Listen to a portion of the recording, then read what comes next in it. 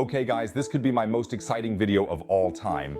I visited a brand new astronaut training facility for future moon missions and spoke with the German astronaut Matthias Maurer. It turned out to be a super exciting conversation. YouTube doesn't always like such interviews. That's why let's try to get this video 8,000 likes. Hit the like button diligently so we can beat the algorithm and get this super exciting interview shown to as many people as possible. You will see that what has just been opened will revolutionize moon research.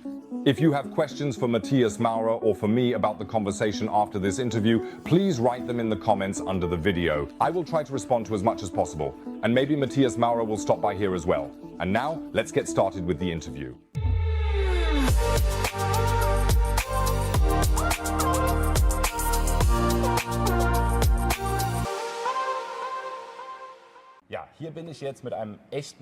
Yes, here I am now with a real astronaut. I don't really need to introduce Matthias Maurer, I think all of you know him. In 2021, you flew to the ISS, making you the 12th German in space. If I'm not completely mistaken, and we want to talk a little bit about that today, and then about this great place where we are, but maybe more about that in a moment. Let's start with the ISS. You were up there and carried out a lot of exciting experiments. I've already been able to visit the biolab and all these things. From your point of view, what was one of the most exciting experiments that you carried out up there at the time?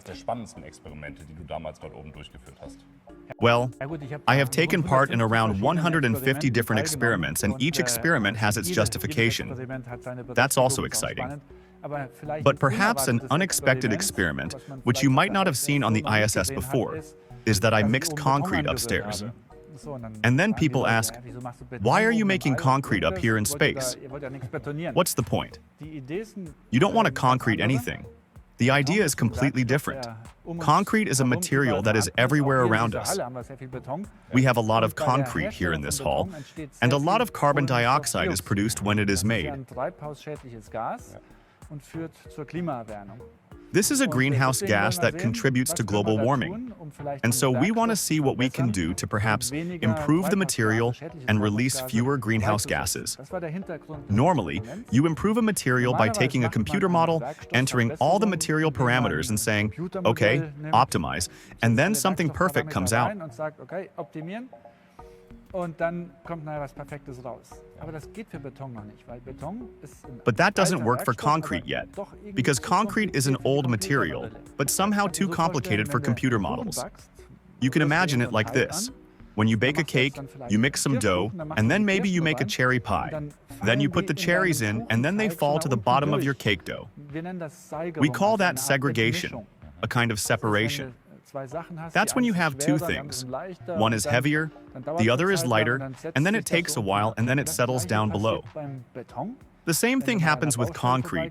If you've ever walked past a construction site where fresh concrete has just been poured, there's a puddle of water on it after half an hour. That means that the concrete is squashed flat, and the water pushes out and the heavy parts sink down. And that's why you can't simulate it on the computer yet.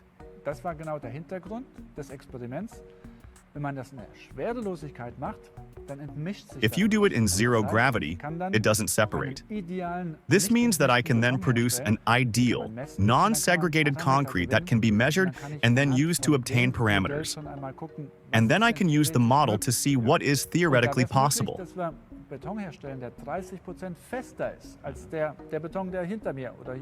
And it would be possible for us to produce concrete that is 30% stronger than the concrete we use otherwise. This also means 30% fewer CO2 emissions. The production of concrete worldwide accounts for between 6 and 7% of CO2 emissions. All the airplanes and rockets in the world only account for 2%. That means that with my ISS experiment, I could offset all the airplanes and rockets in the world. That creates a real impact. In other words, microgravity is the key here. Now comes a semi-expert question. Couldn't this experiment also be done on a centrifuge, or would it not work that way? Does microgravity have other properties as well? Yes. Well, in microgravity, weightlessness, nothing separates out. And when you go on the centrifuge, you create a stronger separation because you increase the gravity. You throw the heavy parts in one direction and the light ones in the other. That was exactly what I did. I had taken a patent during my doctoral thesis. and I used it to produce aluminum foam. I then centrifuged that too, to make the foam bubbles denser in one direction and larger in the other direction. And then I made something like a bone, you know, a thigh neck bone. It's solid and stable on the outside, and on the inside it has larger and larger pores until there is a very large pore or an open tube holder in the interior. And that makes our bones extremely stable, but also extremely light at the same time. That means that materials science almost crosses over into biology here. Exactly. Did you also conduct biological experiments up there? Or was your focus really more on materials science? So there was a fairly large series of experiments called cytoskeleton. The idea was to really look inside the cells and see how the cytoskeleton varies due to the absence of gravity. And then there were a lot of different variants that I tested. Some of them were centrifuged, in other mixtures, other compositions. So it was a big experiment, and I'm curious to see what the evaluation will show. That's exciting, because you imagine that you do your experiments up there, but then you also have the eureka moment. But that's not the case. It seems to take a long time to evaluate. Yes, the same with the concrete experiments. We now know that the concrete mixtures came out 30% stronger, but the effect was created in space, and we would now like to achieve the same result on Earth using different means. The colleagues are still working on that. I see. That's probably the main focus of your work on the ISS too, namely these experiments. We here on the ground always imagine it like this. You float around in space, do EVAs, and you've done that too. Would you agree that the focus of the astronauts' work is on scientific experiments? Yes, so you experiment, but at the same time you are also the plumber, the cleaning lady. At the weekend you have to clean, then the toilet breaks down. Every week the toilet actually has to be repaired. And without a toilet, you have an unhappy crew, then the experiments are worth nothing. Yes, that's the be-all and end-all. I've also already learned something here about the communication between, let me say, Cologne and the ISS. These are probably cases where you have to ask downstairs, what can we do? Because even in experiments, I imagine that you have probably worked everything out in advance, you have instructions with you, but nevertheless, there always seem to be cases where something doesn't go according to plan, where you have to check back down below. Did that happen to you too? Yes. Well, I mean, also this experiment in the biolab for cytoskeletons, which would be very complex, and of course they wanted to make sure that I didn't do anything wrong. I had to keep to a certain thawing time. Then I had to place the samples in different cartridges, load them, activate them. And there was a lot of preparation work involved. The whole thing was done under video control. That means that my colleagues watched me over my shoulder and said, okay, now you have to tighten it with so many Newton meters so that it is really tight. There is potential for mistakes, and as an astronaut you are only human. That's why you do it in a team. So I get tips via video and it works wonderfully.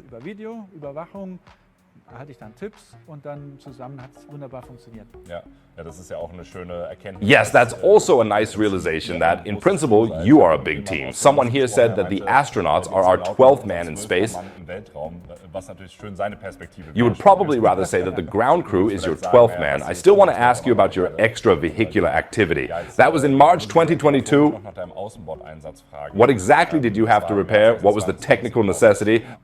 Was hast du da genau reparieren müssen?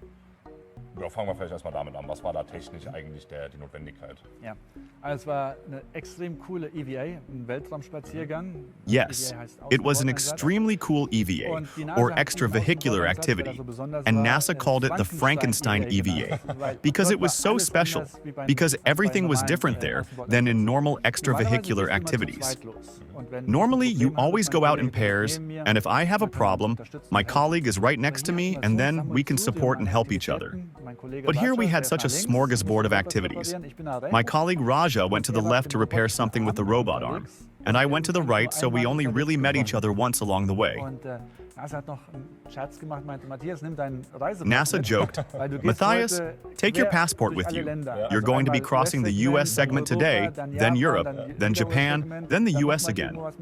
So back and forth, I was really on the move a lot.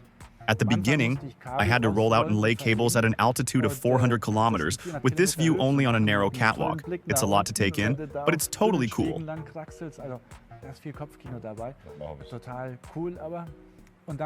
And then I had to go to the Columbus module because we have an outside platform there, and it has a cable that supplies the platform with energy and controls it. A plug hadn't fitted, so it happens in space too. So a special adapter was sent up and I had to install it. And for a brief moment I also struggled and thought, no, that won't work either. But in the end, with a bit of force, it worked. Und für einen großen Moment habe ich auch gekämpft und dachte, nee, das klappt auch nicht. Und zum Schluss dann mit ein bisschen Gewalt. Then I had to go over to the Japanese module and reposition an external layer that protects against solar radiation so that the components do not heat up. And then it was back to the US segment, where we connected a camera, and then I did some more preparatory work for the next deployment. Die musste ich dann wieder richtig in die Position bringen, installieren. Ja, und dann ging es weiter wieder ins US-Segment. Dann haben wir dort eine Kamera angeschlossen. Und dann habe ich noch ein paar Vorarbeiten geleistet für den nächsten Außenbordeinsatz. How long were you out there in total? I was out there for just under 7 hours, I think. 6 Stunden, 55 Minuten oder sowas. Und wie hast du dich darauf And how did you prepare for it mentally and physically? I mean, it's a really massive task. Eine massive Aufgabe. Ja, also du trainierst Yes. viel in Houston unter Wasser. Well, you train a lot in Houston underwater in the pool, and there we practiced more generic things. Dort üben wir generische Sachen. Ich war auch in Russland. I was also in Russia and trained there, because I was supposed to exit the spacesuit on their side and then operate the European robotic arm. Europäischen robotischen Arm, der dort mit einer russischen Rakete hochkam. That was scheduled for March 22nd, but the war in Ukraine started before then and the mission was cancelled. Ging der Ukraine-Krieg los und deswegen ist der Außenbordeinsatz dann gestrichen worden. Interessant. Interesting. A question about training. I just saw your pool here at the AAC, but you just said that you trained in a pool in the USA? In den USA im Pool trainiert. Der Pool hier The pool here, if I understand it correctly, is more for the spacewalks. Spaziergang-Beginner, sage ich mal. Ich habe dort auch trainiert und ich werde auch nächste Woche dort wieder trainieren. I also trained there and I will be training there again next week, together with our new colleagues. Before we go to Houston, in the big pool, in the big spacesuit, we train here first. Nicht diesen komplizierten Raumanzug wie in den USA, aber wir haben ähnliche Tools. Our spacesuit is less complex, but we have similar tools, and then we learn the protocol here. So how do I talk underwater? How do I move around? I have lines, safety ropes. How do I transport my things? How do I rescue my colleague? And you can, I would say, train 50 or 60% of the outboard deployment here. Then we go to the USA, and then we are much more efficient there. Dann gehen wir in die USA und dann sind wir dort viel effizienter. Ja. Woran mangelt es hier? What is missing here? The suits are different? Ja, also in den USA hast du einen Anzug, Yes. der innen So in the aufgepumpt US, you have a suit that is inflated to 0.3 bar inside, and this suit is actually a copy of the real spacesuit. ist. Im richtigen Raumanzug. We don't have that here, and therefore we can't train that here. But we will have that in the lunar. Aber in Lunar werden wir das haben. Ah ja, guter Übergang. Gut, dass du dazu Ah, yes, good transition. Here where we are, you could almost think we were on the moon, that's the idea, in the new lunar facility. What is that anyway, and why do we have a lunar landscape behind us here? Magst du uns mal ganz kurz erklären, was das überhaupt ist? Warum haben wir hier eine Mondlandschaft hinter uns? Ja, also wir sind hier am Standort des Europäischen Astronautenzentrums. Ist der einzige Platz in Europa, an dem Astronauten ausgebildet werden für eine Weltraummission. So we are here at the site of the European Astronaut Center, the only place in Europe where astronauts are trained for space missions. For example, currently in low Earth orbit, in microgravity, for the International Space Station, or at some point to another station to do research in microgravity. But then we also want to take the next step, to fly to the moon. It's not that the moon will replace the ISS, but it will be added to it, and later Mars will be added too. To fly to the moon now, you need a completely different training facility than for the ISS. Trainingsanlage als für die ISS. Auf dem Mond ist man nicht mehr schwerelos. On the moon, you are no longer in a state of weightlessness. Wenn ich hier 60 If I weigh Kilogramm 60 kilograms here, I would only weigh 10 kilograms on the moon. Just a simple example for calculating. So that means I can jump 6 times as high on the moon, and the equipment I carry then also weighs only 1/6. Und auch die Ausrüstung, die ich dann trage, wiegt dann nur 1/6. Ja? Auf dem Mond haben wir verschiedene Bedingungen, die das On the moon, Leben we sehr have schwer various machen, conditions die that Arbeit make schwer life machen. and work Das there eine ist der difficult. Sand. Deswegen haben wir hier so einen One of Sand these auf is dem Mond. sand, which is why we have sand here that is like the sand on the moon.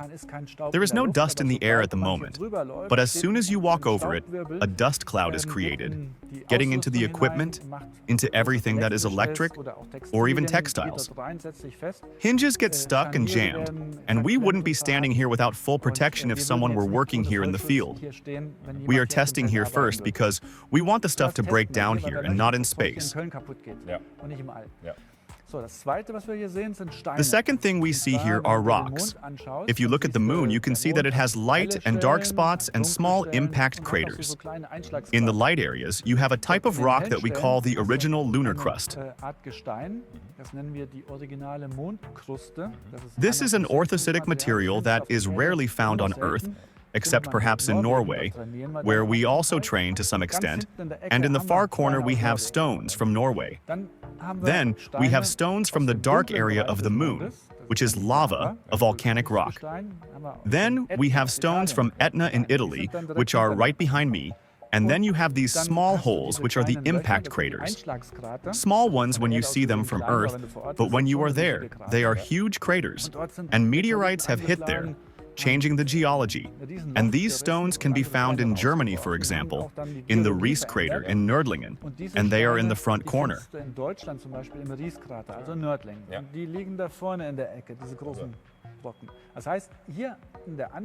That means that we have very realistic stones here in the facility that we will also find on the moon, so that we can then practice with instruments here to see which instrument works particularly well or does not work. And if it doesn't work, then we just have to get better. This means that you will also carry out robotic tests here, but also with humans, so you have both options here. Well, I wouldn't say just two options, but three. You can either have only astronauts, only robots, or you can have a mix. But there is much, much more here. This is like a Swiss Army knife. Lots of functions to unfold and combine. We have a sun simulator because we want to go to the polar region of the moon in the future. In the polar region, the sun is very low on the horizon and you have very strong shadows. And on the moon, the shadow is not like on Earth. It is intense and black there, and you can't see anything. If I put my equipment there, it's just gone. Or even if I walk along there and I see a black area. I don't know, is that a hole? A deep hole? Or is that just a hollow? I can practice this well here, especially when I work with optical instruments. I can also work here with virtual reality or augmented reality combined with the real things. Then you're not just on the moon on the surface. After 8 hours of work, you're tired. Then you want to rest. The moon station is right behind this wall behind me. Well, it's not there yet, but it will be in 2 weeks. This means that in the future, we will be able to practice complete missions here, lasting several days, maybe even several weeks at a time. And we can check a mission one-to-one before we then implement the mission. And that is probably quite unique worldwide. It is unique, yes. There is more to it, namely if we have another ramp here, I can change the slope of the terrain because the Apollo astronauts were in a very flat area, which is the simplest thing to do.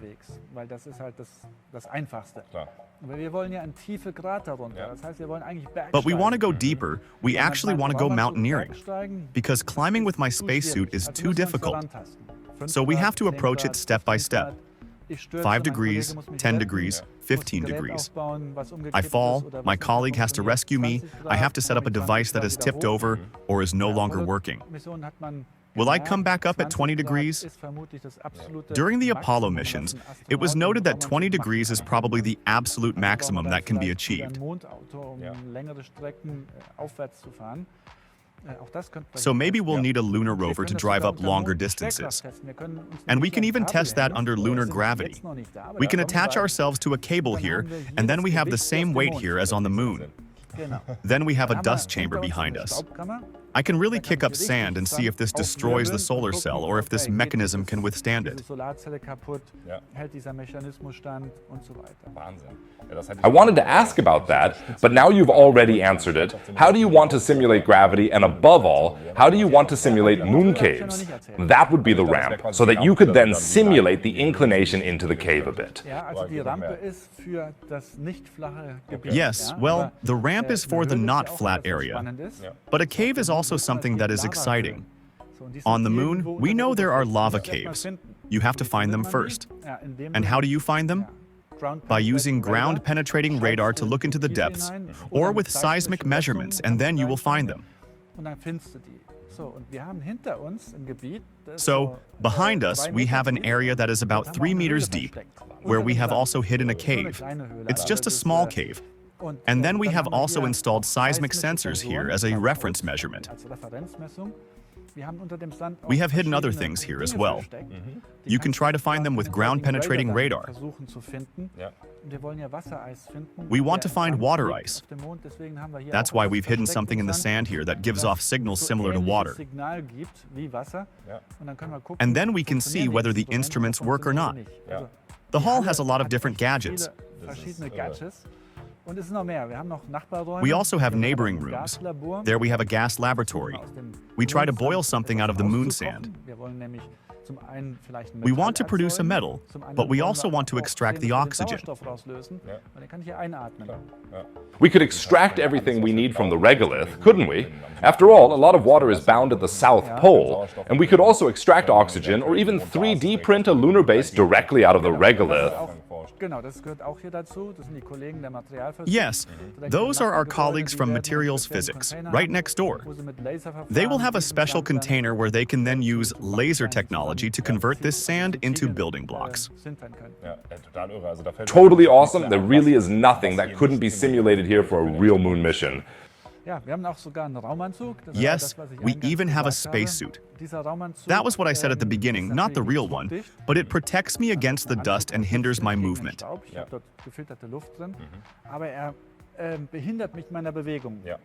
In terms of dimensions, it is exactly the same as the American Zimu suit, which is the new development from NASA for the moon, so that we can train here to be compatible with NASA missions.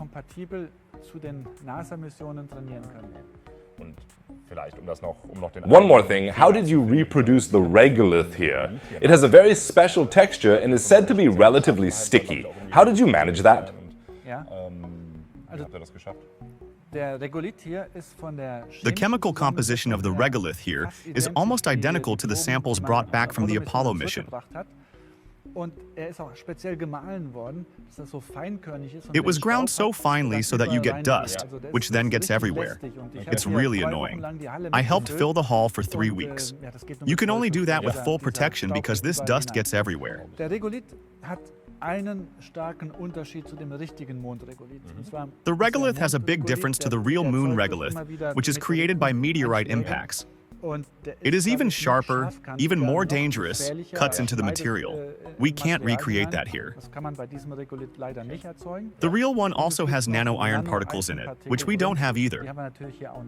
But we have what's possible in here.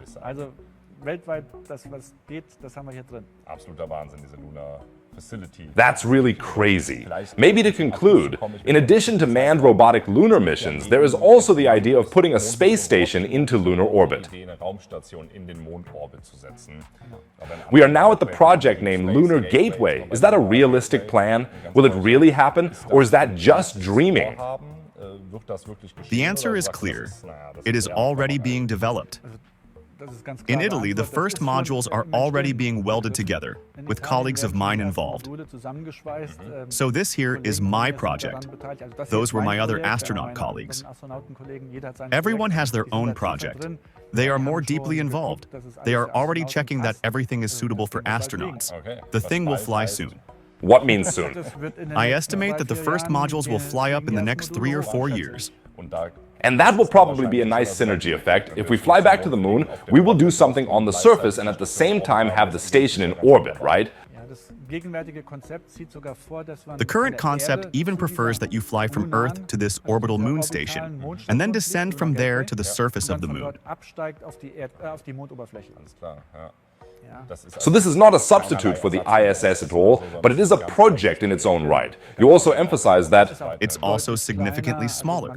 So you do zero-gravity research. You could also do that in lunar orbit, so why fly things all the way to the moon when you can do it in low Earth orbit? I am totally thrilled by this place, and somehow the conversation has also made me very optimistic, because these are all wonderful future projects that we can look forward to, and where we can see that things are moving forward. Perhaps we can find another optimistic final word. What are you looking forward to in the next few years? Yes, well, in our conversation it may have sounded like it was only for astronauts. But it's not.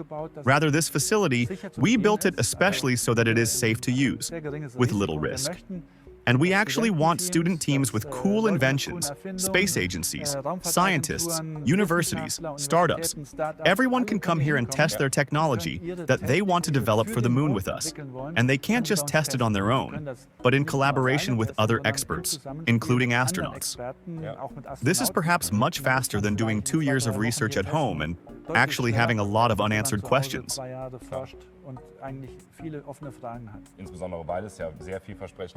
Especially because there are very promising projects, for example, from universities. I believe Stanford University has a spider bot or something similar that is supposed to climb cave walls. So there are great projects that can then be tested here. Matthias, thank you very much for the interview. Wonderful, thank you. Hey guys, feel free to write to me in the comments about how you liked this interview format. I had a lot of fun and found it super exciting. Feel free to check out the other videos on the channel. Every click helps us. Otherwise, I'd say see you in the next video. Take care, guys.